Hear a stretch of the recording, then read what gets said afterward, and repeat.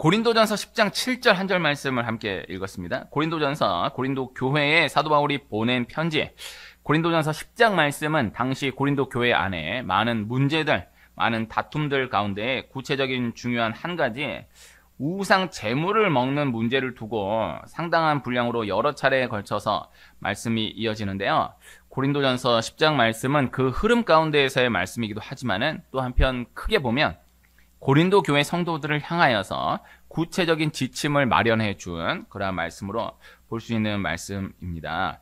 여러 구체적인 문제들을 두고 많은 다툼, 분쟁, 분열이 있었던 고린도 교회 성도들이었는데 바울은 이에 대해서 세부적인 것들을 일일이 하나하나 이렇게 잡아주기도 하지만 그러나 한편으로는 영적 기둥을 바로 세워주면서 지엽적인 것들을 스스로 다듬어 갈 수 있도록 도와주는 그러한 방법으로 역할을 감당하는 거예요.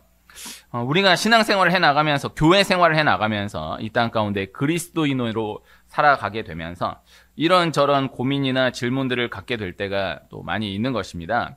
고린도전서는 이에 대해서 실제적으로 답해주는 말씀들이 많이 있어요. 그리고 또 한편 그에 대해서 일일이 하나하나를 잡아주고 답해주는 것도 귀하지만은 중요한 기둥을 세워가면서 스스로 세워나가는 데 힘을 실어주고 있는 것을 볼 수가 있는 것입니다. 그래서 고린도전서의 중반 후반 말씀으로 가면 스스로 판단하라 라는 말씀이 여러 차례에 걸쳐서 거듭 말씀되고 있는 것을 볼 수가 있어요.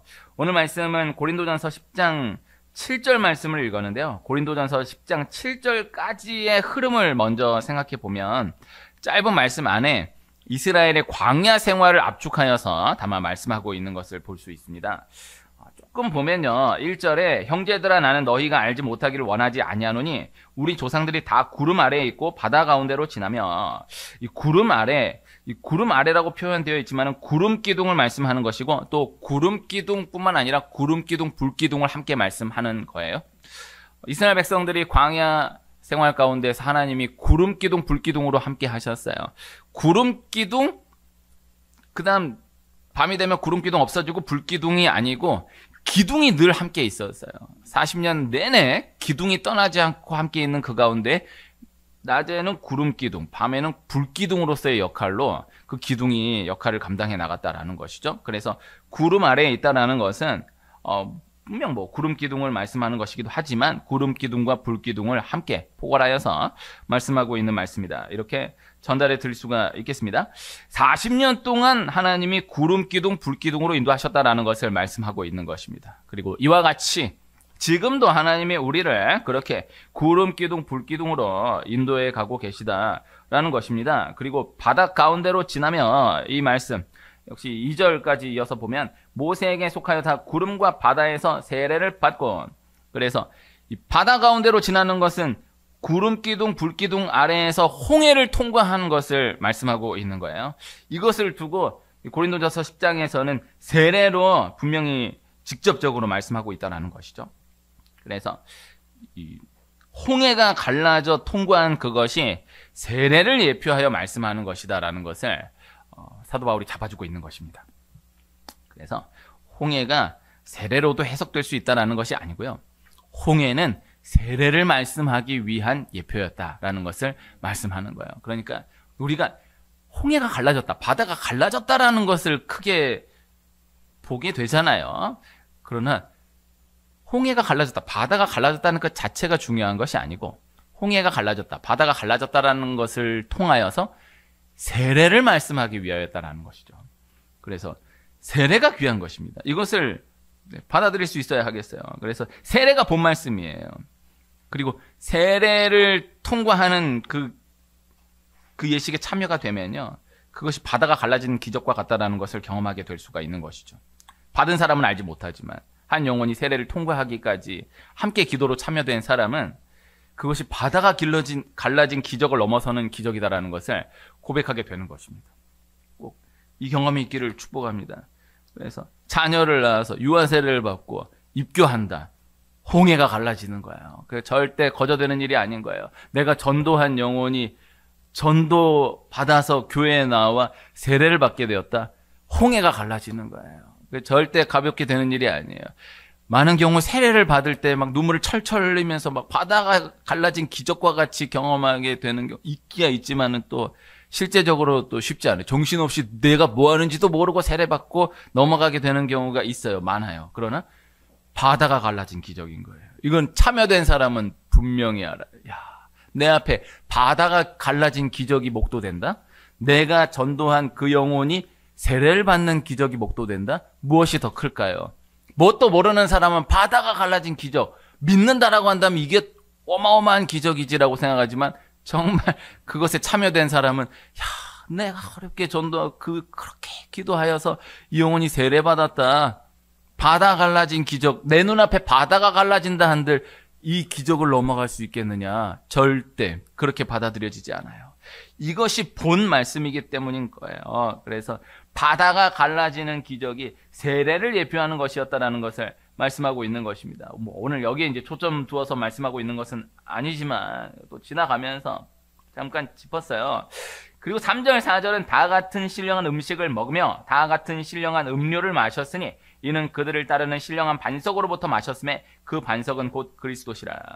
신령한 음식, 신령한 음료, 신령한 반석 이렇게 표현하고 있습니다. 신령한 음식은 만나, 하늘로부터 떨어지는 음식, 신령한 음식, 사람의 손이 닿지 않은 신령한 음식, 만나를 말씀하는 것이고, 신령한 음료는 반석에서 터져나온 샘물, 반석에서 터져나온 샘물이 강을 이루어서 마시는 거예요. 이스라엘 백성들 성인 남자만 60만 3,550명, 다 하면 200만 300만으로도 보는데 반석에서 샘물 터졌다고 줄 서서 먹은 게 아니에요. 강을 이루는 거예요. 반석에 샘물이 터져 강을 이루어 누구도 좀만 더 마시고 싶다 이런 가람이 없이 충분하게 풍성하게 다 받아 누리며 이 신령한 음료, 반석에서 터져나온 샘물을 마셨다라는 것이죠. 그리고 그 반석은, 신령한 반석은 예수 그리스도시다라는 것을 또 고린도전서 10장은 친절하게 짚어서 말씀하고 있는 것입니다. 그러니까 신령한 음식, 신령한 음료, 신령한 반석 다 예수 그리스도인 것이다.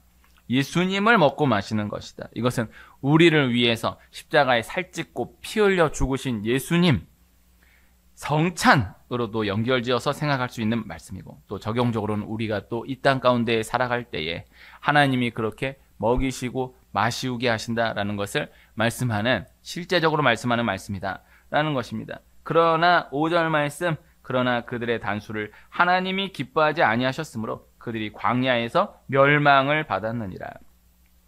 그들의 다수가, 홍해를 통과한 광야에 들어선 이 다수가 광야에서 다 죽임을 당하게 되었다라는 거예요. 광야 40년 동안 여호수아와 갈렙을 제외한 모든 성인은 다 죽임을 당하게 된 거예요. 오늘 역시 이것에 또 초점을 맞추어 말씀을 준비한 것은 아니지만은, 광야에서 멸망받았구나. 무서운 말씀이죠. 네, 그러나 구원으로 연결 짓는다라고 한다면 이것은 광야에서 멸망받았으니까 구원 못 받은 것이다. 이 말씀은 전혀 아닌 것입니다. 이것을 또 오해하면 안 돼요. 그래서 바다 가운데로 지난 것이 세례, 구원받은 표로 말씀하고 있는 거예요. 그러니까 세례, 홍해를 건넌 것이 중요하지 요단을 건너는 것을 구원을 예표로 말씀하기가 어렵다. 그렇게 둔다라고 한다면 모세도 구원받지 못한 거야. 요단을 건너지 못했으니까. 그것이 아니고 구원받은 자로서의 삶. 그러나 또 역시 구원에 초점을 두어서 말씀하고 있는 것은 아니니까. 그러나 또 여기에 대해서 또 중요하게 생각하고 질문하는 경우들이 많이 있으니까. 그러나 이거는 구원에 대한 얘기를 하는 것은 아니다고. 그래서 구원 받은 거라고, 홍해를 건넜다, 신령한 음식, 신령한 음료, 성찬에 참여된 사람, 구원 받은 자로서의 표를 말씀하는 것이다. 구원 받았지만, 그러나 구원 받은 자로서의 삶을 생각해 봤을 때에 이 광야에서 멸망받았다라는 것을 우리가 겸허하게 근신함으로 말씀을 받아둘 수 있어야 하겠다. 이 정도로 말씀을 생각해 볼 수가 있겠습니다. 그리고 이것을 다 담아서 6절에 이러한 일은 우리의 본보기가 되어 우리로 하여금 그들이 악을 즐겨한 것 같이 즐겨하는 자가 되지 않게 하려 함이니. 11절로 넘어가서 좀 보면요. 그들에게 일어난 이런 일은 본보기가 되고 또한 말세를 만난 우리를 깨우치기 위하여 기록되었느니라. 네. 요사의 개역 개정 말씀으로는 본보기, 예전 성경으로는 거울이라고 번역이 되어 있는데 거울, 본보기 어떠한 뜻으로 말씀하고 있는지 네, 충분히 생각할 수 있을 거다라고 생각이 됩니다. 본보기로 허락하신 말씀이다.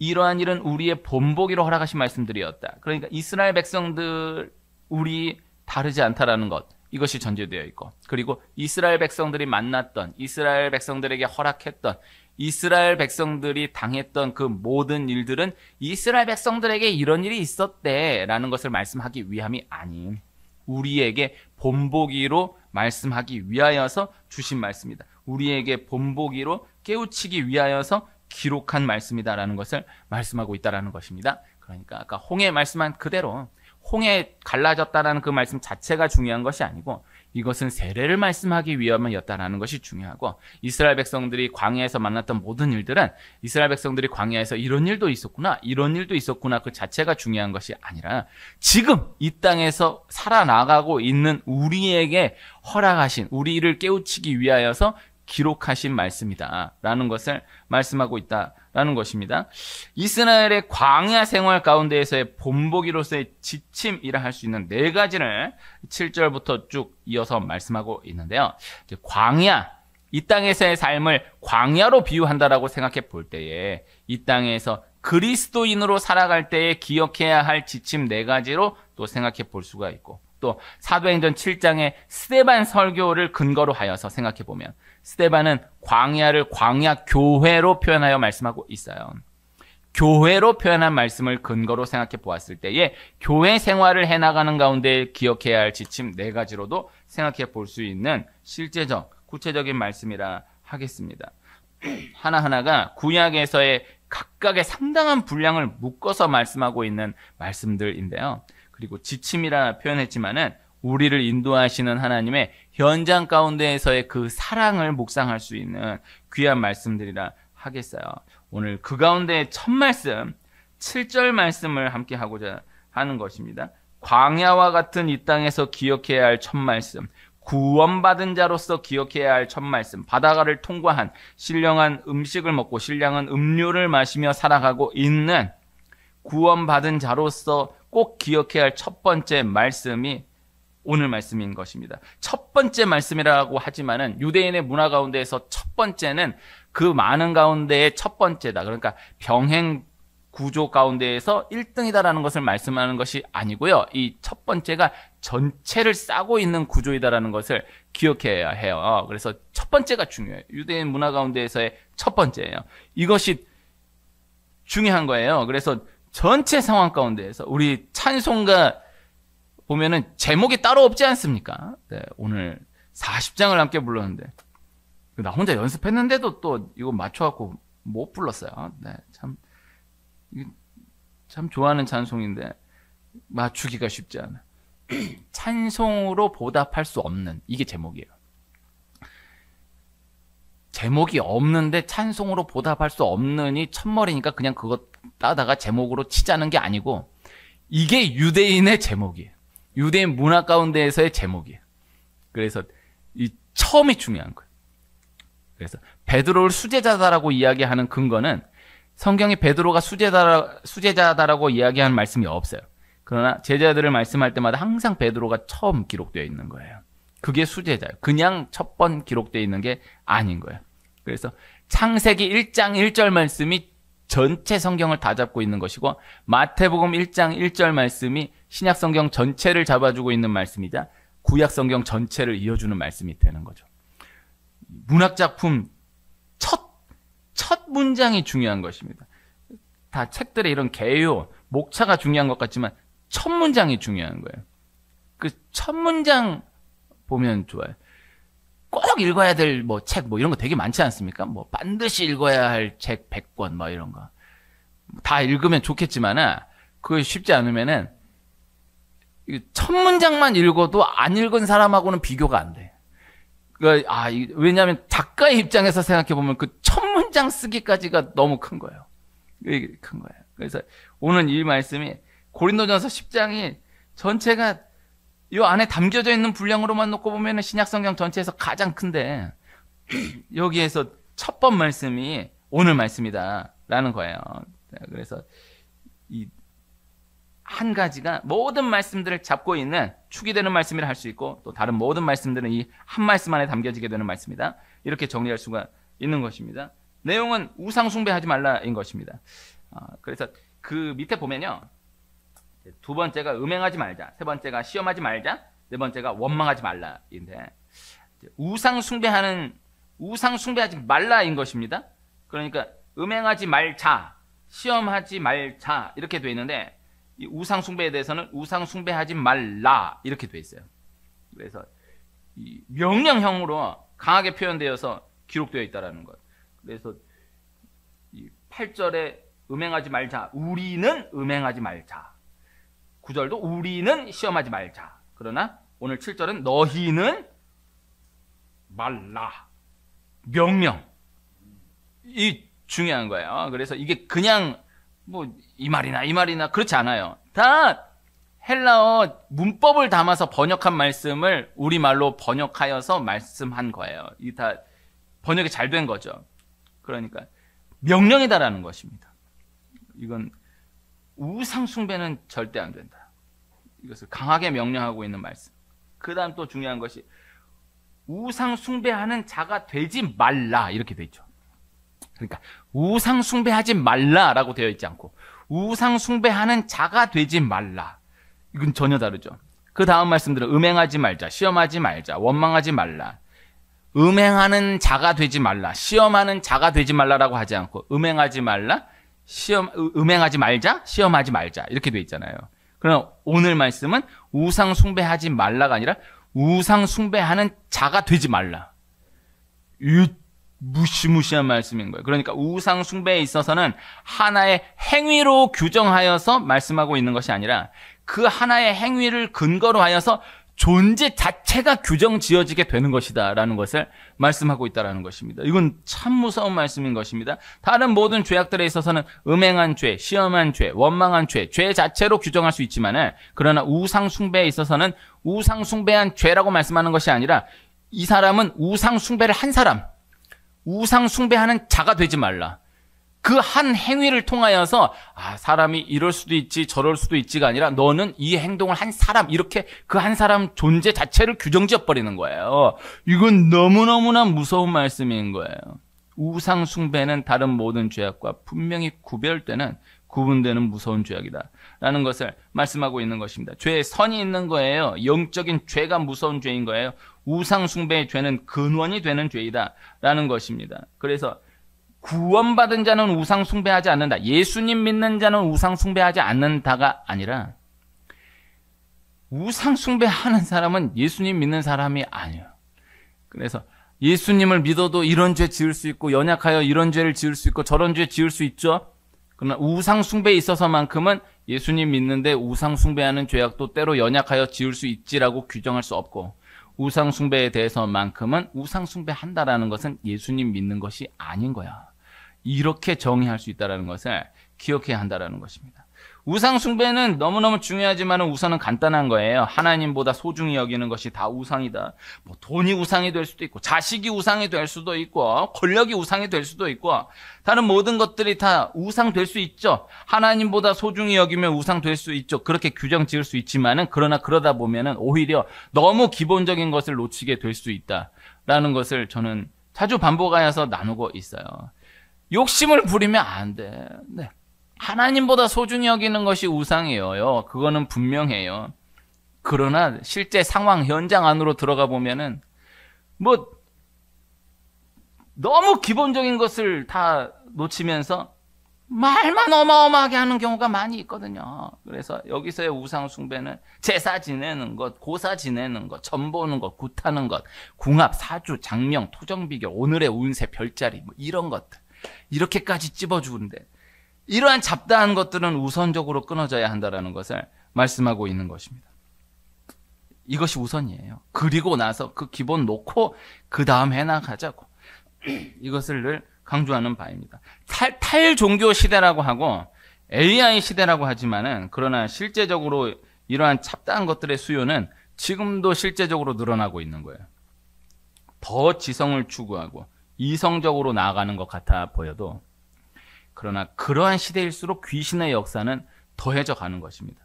아수르를 비롯한 제국의 시대가 각각 제국의 시대가 열릴 때마다 귀신의 역사는 더하여져 갔었고 각 혁명을 지나는 그때마다 귀신의 역사는 더하여져 갔던 것을 볼 수 있는 거예요.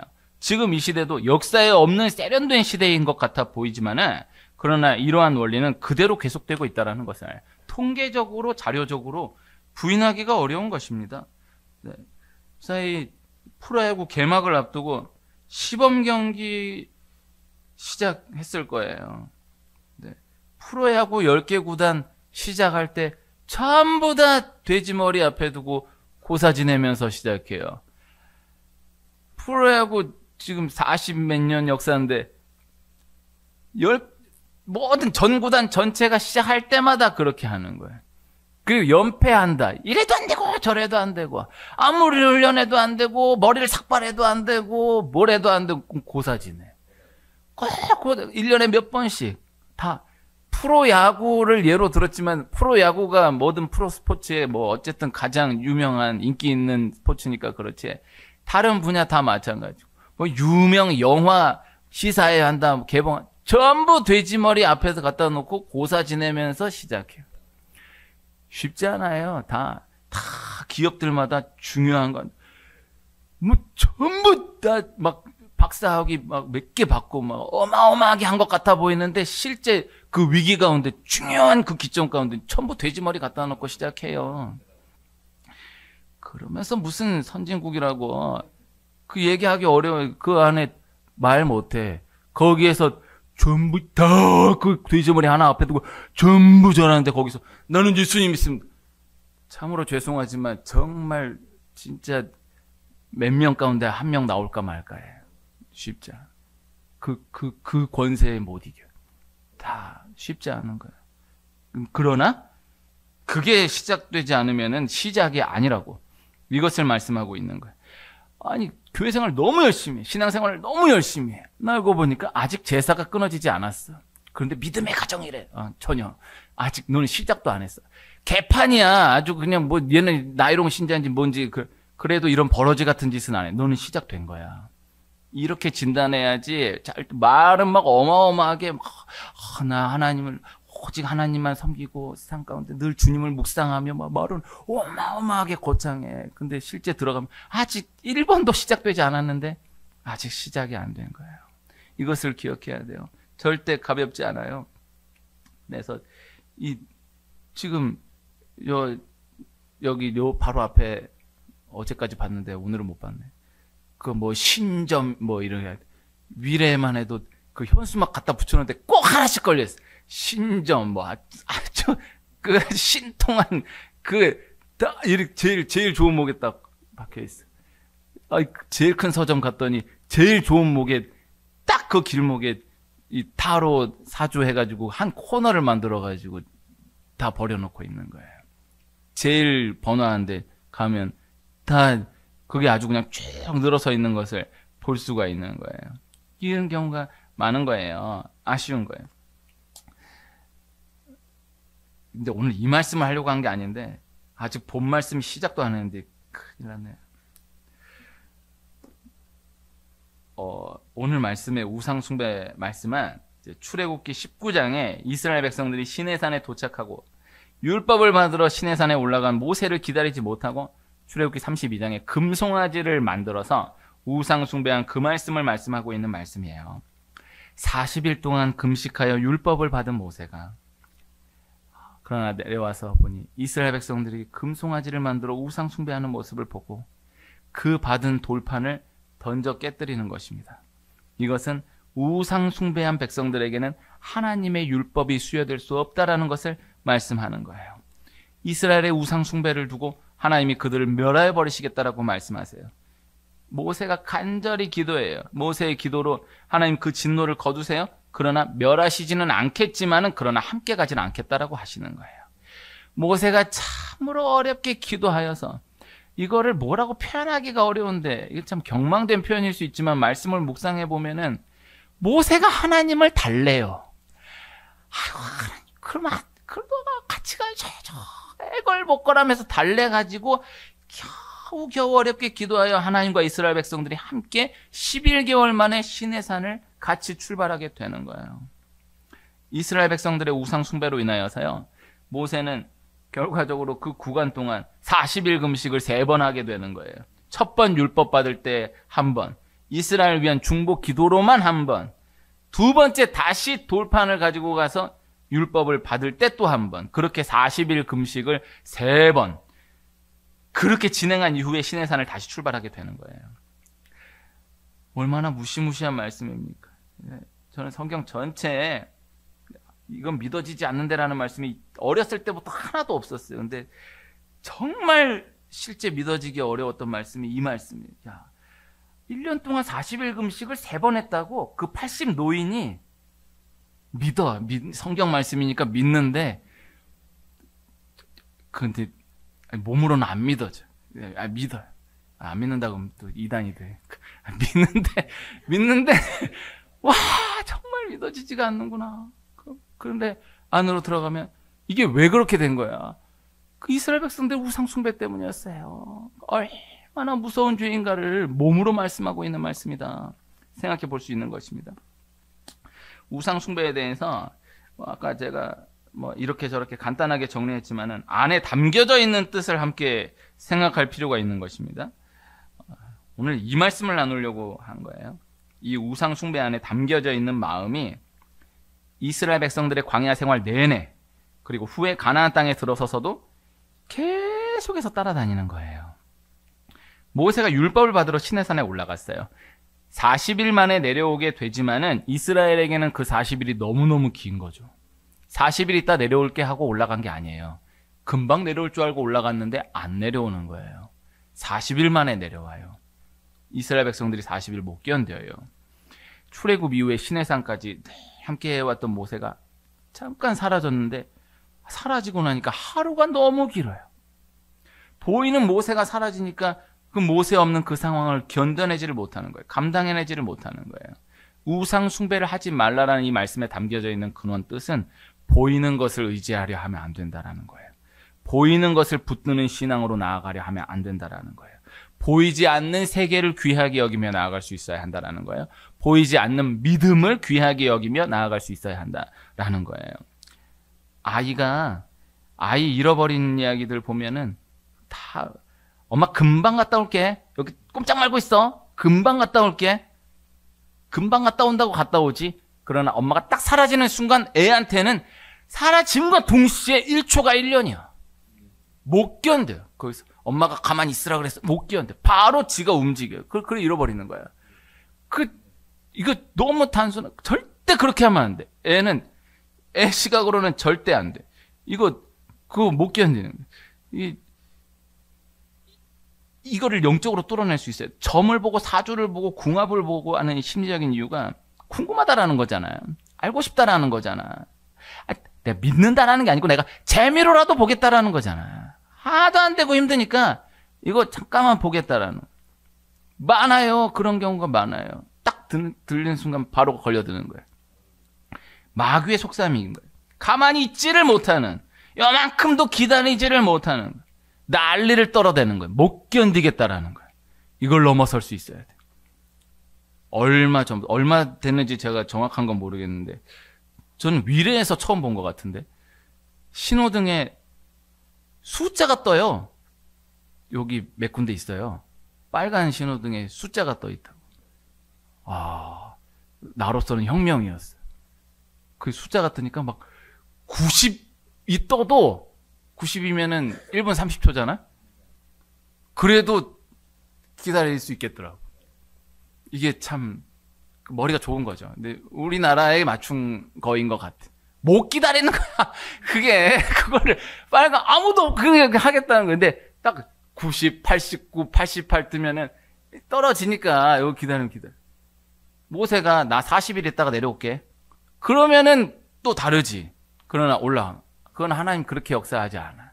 올라가는 거. 얘기 안 해. 요새 수요일 저녁에 함께하고 있는 요한계시록 전체 핵심은 하나님이 인도하여 보이신 것이 있다라는 거예요. 그리고 하나님이 덮어두신, 잠가두신 것이 있다라는 거예요.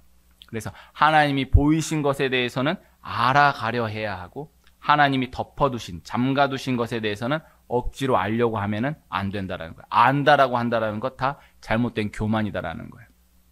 그래서 알게 하신 것에 대해서 알아가려 하지 않는 것은 게으른 거예요. 태만인 거예요. 그러나 알게 하지 않도록 덮어두신, 잠가두신 것에 대해서 알려 하는 것, 안다라고 하는 것은 교만인 거예요. 구분할 수 있어야 하는 거예요. 그래서 많은 경우는 알게 하신 것에 대해서는 너무 가볍게 여기고 전혀 움직이지 않아요. 그런데 덮어놓은 것에 대해서는 어떻게든 알려고 하고 또 안다라고 교만을 떠는 거예요. 못된 거예요. 잘못된 거예요. 그 애들 꼭 이거 해도 돼. 이거 괜찮아 했을 때는 관심한 것. 이건 절대 안 된다. 그것만 하려는 애들이 있어. 네. 그럴수록 더 하려고 하는 애들이 있어. 하지 말라는 거가 더 재밌다는 거지. 네. 얼마나 안타까워. 막아놓은 거에 대해서는 이 원리를 기억하며 우리가 이 땅을 살아갈 수 있어야 한다는 것입니다. 하나님이 분명하게 허락하신 것에 대해서는 그 뜻을 붙들고 하루하루 살아나가는 것입니다. 하나님이 드러내시지 않은 것에 대해서는 그저 믿음으로 기다리며 전진해 갈 수 있어야 한다라는 것입니다. 하나님이 허락하신 것들에 대해서는 우습게 여겨버리고 너무 가볍게 여기고, 하나님이 감추어 두신 것에 대해서는 어떻게든 둘추어서 따지려 들며 그렇게 나아가는 삶이 절대 건강한 삶이 아니다라는 거예요. 그래서 우상 숭배에 대한 말씀, 오해가 없도록 아까 그만큼 잡았어요. 이 담겨져 있는 뜻을 오늘 함께 나누기를 소원하는 거예요. 억지로 알려고 하지 않는 거예요. 억지로 보려고 하지를 않는 거예요. 결말을 미리 보려고 하지 않는 거예요. 하나님께서 나에게 준비하신 하나님과 나만의 이야기가 준비되어 있다, 예비되어 있다라는 믿음을 가지고 서두르지 않는 거예요. 조급해하지 않는 거예요. 하나님과의 관계 가운데에서의 말씀이 우선 되겠지만요, 이것은 사람과 사람과의 관계 가운데에서도 이어질 수 있는, 확장될 수 있는 말씀인 거예요. 그 사람이 이야기해 주는 것만큼 듣는 거예요. 그 사람이 이야기해 주는 것만큼 받아들이는 거예요. 기다려 주는 거예요. 필요한 거예요. 막 억지로 이게 요 문화 정착된 지 얼마 안 됐잖아요. 명절 때마다 너 공부 얼만큼 하니? 너 학교에서 몇 등이니? 너 취직은 언제 할 거니? 너 결혼은 언제 할 거니? 결혼하면 애는 몇 명 낳을 거야? 몇십 년 그러고 살았잖아요. 그게 뭐 어쩐 거 얼마 안 되잖아. 그거 물어보면 안 된다라는 거. 물어보면은 뭐 얼마를 내라 그러잖아요. 근데 그 옛날 개그 프로그램에 한 거지가 나와가지고 궁금해요? 궁금하면 500원 뭐 이런 거 있었거든요. 그 상당히 신앙적인 거라고 생각해. 왜 궁금해해? 그 사람 얘기하지 않겠다는데 이게 그 얘기하지 않. 그래서 얘기 나눌 때 이게 저 나름대로 배운 원칙이에요. 그래서 교인분들 만날 때 그분이 얘기해 주는 것만큼 듣는 거예요. 내가 어떻게든 질문 안 하려고 했는데 이걸 알아주시는지 모르겠어. 질문 안 하려고 하는 거예요. 그래서 이건 얘기해 주는 만큼 듣는다. 이래서 이런지 저래서 이런지 몰라. 아기가 없다? 아기가 없는 게 일부러 안 가지는지, 안 생겨서 안 몰라? 그러면 두는 거야. 얘기해 주는 만큼 듣는 거야. 다 이 원리로 볼 수 있는 거야. 하나님이 우리에게 말씀하시는 것이 있어요. 이것을 귀하게 여기고 하나님 덮어두신 것이 있어요. 그것은 기다릴 수 있어야 되는 거야. 계속 그렇게 따져먹고 그렇게 되지 않아요. 그래서 학생이 자라가면서 열려지는 것이 있어요. 그러나 씨름해도 이건 아니지 않나? 학교에서 벌써 뭐 초등학교 고학년만 돼도, 중학교만 돼도 학교에서는 왜 이렇게 가르치는데 성경은 이렇게 이야기하지? 풀리지 않은 것들이 있어. 하나님 믿음으로 씨름해 갈 수 있는 그 구간이 필요한 거예요. 이거를 막 증명해라 이렇게 나아가 증명한다고 믿어지는 것도 아니요. 하나님 이렇게 두신다. 확실한 것을 붙들고 나아갈 수 있어야 한다라는 것입니다. 이 요셉이 보디발 집의 노예로 살아가면서 억울하게 감옥에 갇혀진 삶을 살아가면서 하루하루 하나님 뜻을 붙들고 살아가는 거예요. 왜 내가 이곳에서 이렇게 살아가야 합니까? 언제까지 이렇게 살아가야 합니까? 하나님께 따져 묻지를 않아요. 하루하루 분명한 뜻을 붙잡고 살아가는 거예요. 다윗이 사울에게 쫓겨다니는 삶을 10년 넘게 살아가면서 하루하루 감사함으로 찬양함으로 감당해 나아가는 거예요. 하나님께 따지려고 하지 않는 거예요. 주어진 상황을 자신의 힘으로 거스르려 하지 않는 거예요. 오늘 말씀의 핵심은 하나님을 향한 믿음이 있어야 한다는 것, 하나님을 향한 기대함이 있어야 한다는 것. 때로 이해되지 않고 의심이 닥쳐올 때에도 다시 하나님 붙들고 아무것도 보이지 않는 그 가운데에서도 또 다시 그저 하나님 말씀을 붙들고 계속해서 전진해 갈 수 있어야 한다라는 것입니다. 이스라엘 백성들이 이 한 말씀을 40년 동안 훈련해 가요. 결국 하나님이 이스라엘에게 허락하신 이 은혜를 발견하게 되는 거예요. 나를 향한 하나님의 예비된 은혜가 있다는 것을 실제적으로 구체적으로 믿고 결국 발견하기까지 믿음으로 계속해서 전진해가는 축복이 우리 모두에게 있기를 소원합니다.